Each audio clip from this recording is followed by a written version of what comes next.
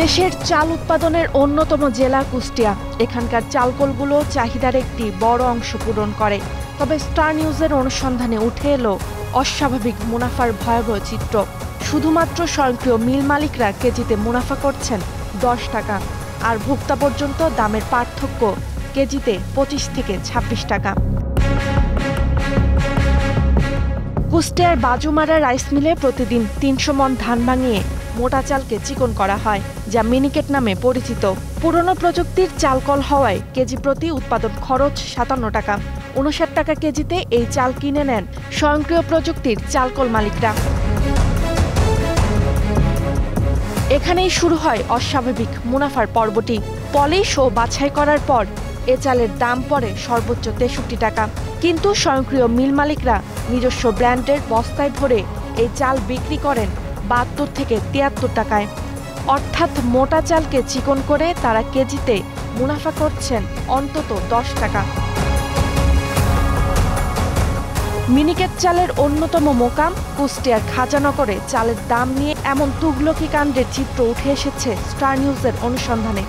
কত এজেন্সি আছে, যেমন হলো যাদের বাসাই রাইস মিল আছে, বাসাই অটো রাইস মিল আছে, তারা ধরেন হলো এখান থেকে চাউল হাসকিন মিলের চাউল নিয়ে এসে ওখানে বাছাই করে পালিশ করে তারপর তারা বাজারজাত করে প্যাকিং করে। স্বয়ংক্রিয় মিল মালিকদের পাইকারি বাজারে বিক্রি করা 72 থেকে 73 টাকা কেজি চাল খুচরা বাজারে ক্রেতারা কিনছেন 82 থেকে 83 টাকায়। অর্থাৎ পুরনো প্রযুক্তির মিলগুলোর প্রতি কেজি উৎপাদন খরচ 57 টাকা হলে ভোক্তা পর্যায়ে দামের পার্থক্য হয় 25 থেকে 26 টাকা। পুরাতন প্রযুক্তির মিল মালিকরা বলছেন তাদের উৎপাদিত চাল স্বয়ংক্রিয় মিল মালিকরা নিয়ে অস্বাভাবিক মুনাফা করছেন। খরচ যায় ধরেন 2500, 50, 60, 70 টাকা। এরা আমাদের বেচা কিনা হয় ধরেন 2400, 50, 60, 70, 80 এরকম, মানে 2500 এরকম বেচা কিনা হয়। ওদের একটু খরচ পাতে কম হয় তো ওরা আবার প্রক্রিয়াজাতদের বিভিন্ন ধান টান মিশাই দিয়ে বেচে, তাই সে করেন ওদের সাথে আমরা পারিসারতে পারি না।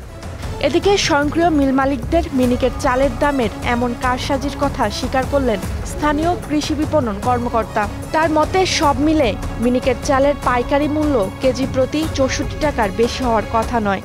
আপনাদের তথ্য কিন্তু একেবারে ঠিক আছে ভাই, তার কারণ হলো আমরা এটা নিয়ে কিন্তু একবার 64 টাকা, ওদের 70 টাকা থেকে 64 টাকা বিক্রয় বাধ্য করেছিলাম, এবং এরা এদের ব্র্যান্ড নামটা ব্যবহার করে ভাই বাজার ছাড়া চালটা ওই কর্পোরেট কোম্পানি যে কটা আছে না ঢাকা, ওদের সাথে তাল মিলাইয়ে আপনার কোন রকম ওই বস্তা, একটা রঙের বস্তা ব্যবহার করে, চটের বস্তার পরিবর্তে প্লাস্টিক ব্যবহার করে চালের দামটা ওদের সাথে তাল রেখে আপনার কোনোটা 72 টাকা, 74 টাকা, 73 টাকা এর ভিতরে ওরা বিক্রি করতেছে।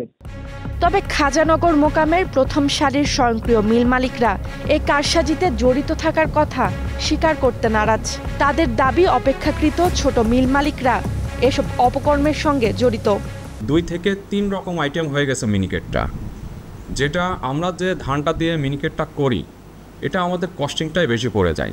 অনেকে আছে যে বিভিন্ন ক্যাটাগরির মোটা ধান দিয়ে বা বিভিন্ন 28 জাতীয় ধান দিয়ে প্যাকেট করে মিনিকেট বলে বিক্রি করে, ওটা মার্কেটে দেখা যায় যে কম। এক্ষেত্রে কাস্টমার অনেক সময় কনফিউশন হয়ে যায়। এখানে হলো আপনার প্রথমে যে হাসিং প্রোডাকশন করছে সে একটা লাভ করছে, আবার যে ক্রয় করে নিয়ে বাছাই করলো, মার্কেটজাত করলো, তারও তো একটা প্রফিট দরকার আছে। এই 2 জায়গায় প্রফিট হয়ে যাচ্ছে ওখানে।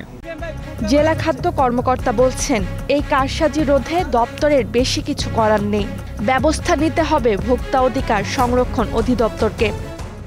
প্রাইসিং কস্টিং কিছু ইস্যু আছে, তার সাথে তাদের প্রফিটের ইস্যু আছে, হতে দেখতে পারে। তার সাথে একটু কৃষি বিপণন আইনে যেহেতু এই সকল পণ্যের মূল্য মানে নির্ধারণের ক্ষেত্রে লাভের একটা নির্দিষ্ট পরিসীমা আছে, সবগুলো বিবেচনা করে একটু আমরা যাচাই বাছাই করতে পারি।